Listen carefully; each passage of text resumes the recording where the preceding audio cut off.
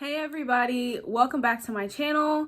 For those of you who are seeing me for the first time, I'm Tiff with the T, and on this channel you can expect all things relationships, reactions, and realism related. So if that sounds like your cup of tea, definitely go ahead, subscribe to my channel. If you guys saw my announcement on my community tab, we're almost to 1,000 subscribers, so make sure you hit the red button down below. It only takes a second. Because I know you're probably pressed for time, we're just gonna jump right into the video. In this moment, yes, I cannot say what's wrong or right. No. Good. So, What's your disagreement? my disagreement is just basically about the fact that Black women shouldn't have to feel obligated to smile to Black men. We're holding a lot of trauma. We're holding a lot of problems, mental health issues. Hold on. How old are you? 24. I'm gonna say this one more time. I need you to pay attention. I need all Black women to pay attention. The world does not owe you understanding or me understanding. If you have all this trauma, go seek professional help, because the rest of us do not have to suffer you. Okay, it's easy to tell Black women and Black people Do you not in the Black community to get help. Whose responsibility is it to get the help they need? But it's not available readily to our That community is that easily. bullshit. With the wealth gap growing, how many people Whose can responsibility is it to get the mental health they need? Who?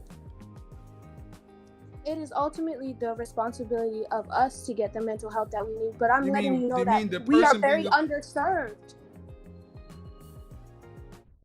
It definitely is the responsibility of the person who has been through the trauma to take the correct and appropriate course of action to fix that trauma and to get to a better place of healing, so that you can be in a healthy relationship and so that you can have healthy encounters with people in general.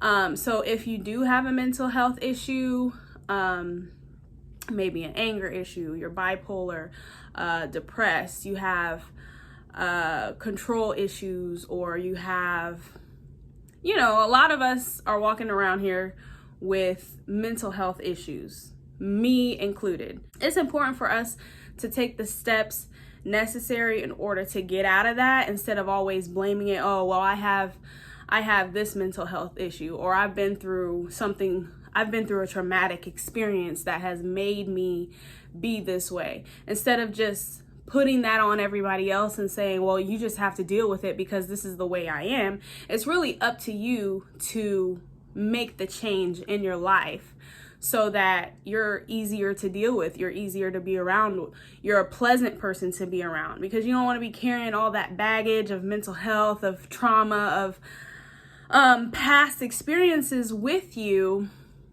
when you move forward in a relationship, because you're not going to be able to keep certain people around if you're difficult to deal with, if you have all this stuff going on with you all the time. So her saying that the Black community is underserved, there's nonprofit organizations, there's local health administrations, there's all kinds of programs for low income people who are marginalized for whatever reason. There are programs that help that group of people if they choose, if they really do want the help. There's loopholes and all kinds of things that you can do if you need to seek professional help, if you need a therapist, if you need a psychiatrist, if you need to get medication, whatever the case may be. So that's a cop-out. What she's saying, I feel like a lot of people do that. They just use that as a cop-out, as, well, I don't have medical insurance, or I don't have this, or I don't have money, I can't afford. There's a million ways to do something. What I've come to find is there's always a workaround for something. So, You might just have to get creative with your solutions, or maybe bundle a couple of different resources together. But there's definitely a way for you to get the help you need at all times, no matter who you are. So that's not just based off of my experience, but that's based off of me being in contact with all kinds of people from different backgrounds, and hearing bits and pieces of their stories. I know that the help is definitely out there for whatever socioeconomic.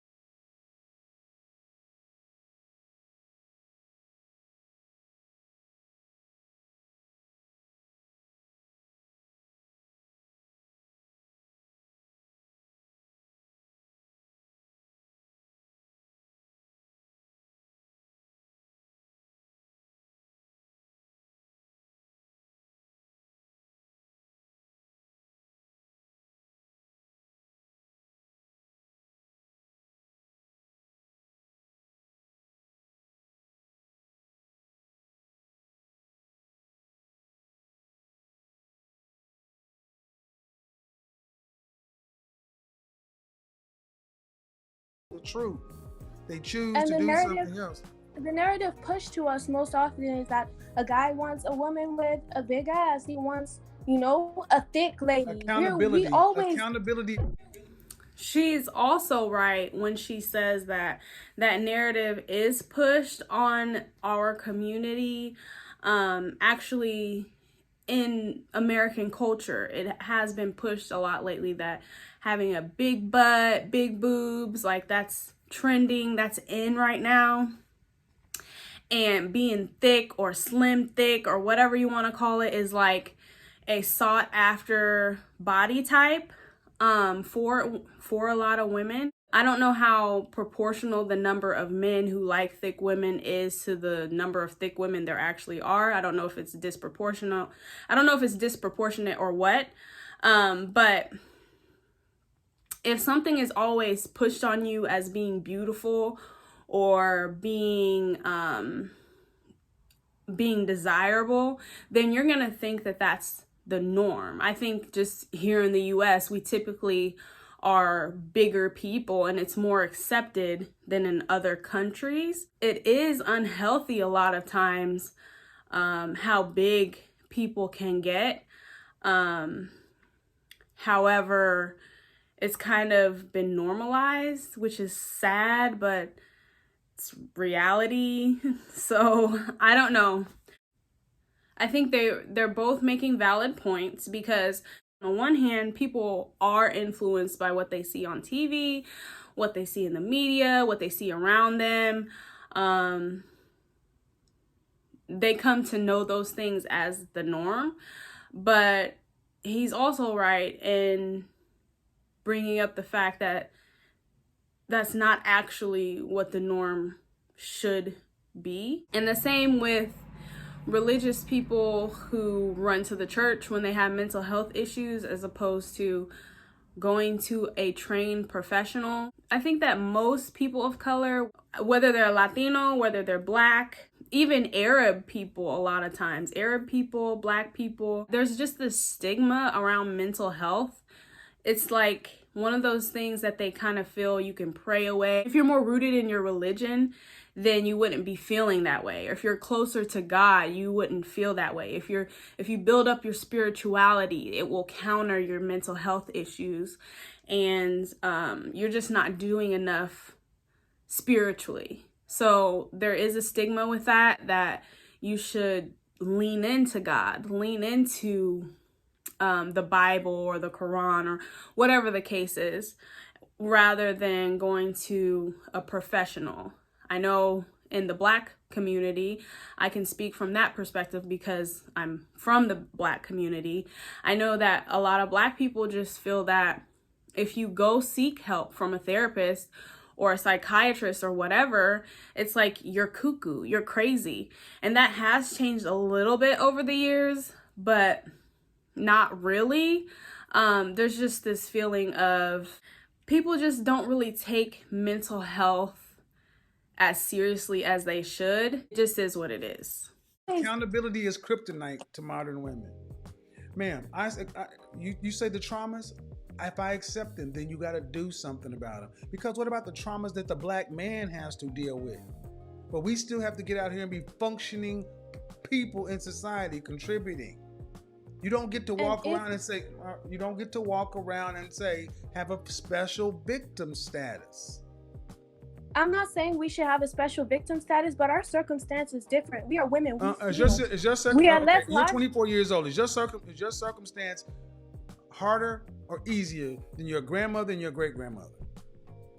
Exponentially easier. We have access to information we didn't have. Exponentially easier, but you're handling it worse. Your grandmother and your great grandmother actually could work with a Black man with more trauma. Because they understood that the Black woman and the Black man are on the same side. Now that we're all free and independent and we could do whatever we want to, why would we seek to, be one with the Black man? We think that being... Thank you. Clip it, slice it, put it on World Star. She said it, not me. Now that you're independent, you don't need to be with. There you go. There you go. And there you go, Black man. There it is. She's finally got one to say it. Build businesses with us. Your grandmothers and your great grandmothers had more trauma and more stress and did it better. They have exponentially less and they're handling it worse. But it's because they're free and can do what the hell they want to. They'll need to be with you. So you don't need to feel any guilt for taking care of you, for putting yourself first and making your passion, your purpose, your priority. You don't need to feel guilty because this 24-year-old woman just said it. They don't feel any guilt about it. Thank you. So don't ask Black men to care about your traumas when you can't even smile at us.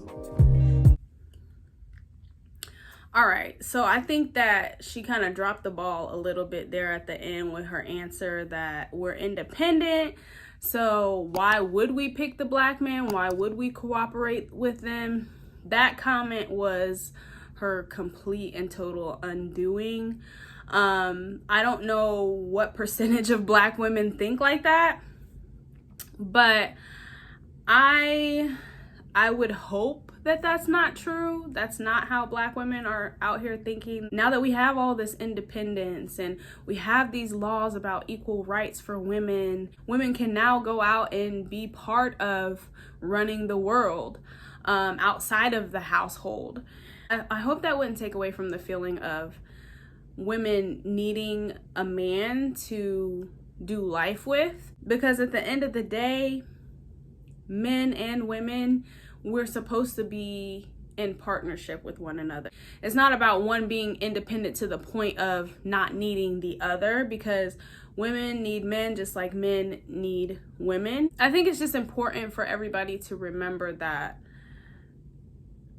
man and woman have always been created to build together. That's been the standard dynamic since the beginning of man. For anybody to think that it's gonna work otherwise, it's gonna work with men being independent of women or vice versa, I think that if you think like that, you are in need of a serious reality check. The world would just fall apart.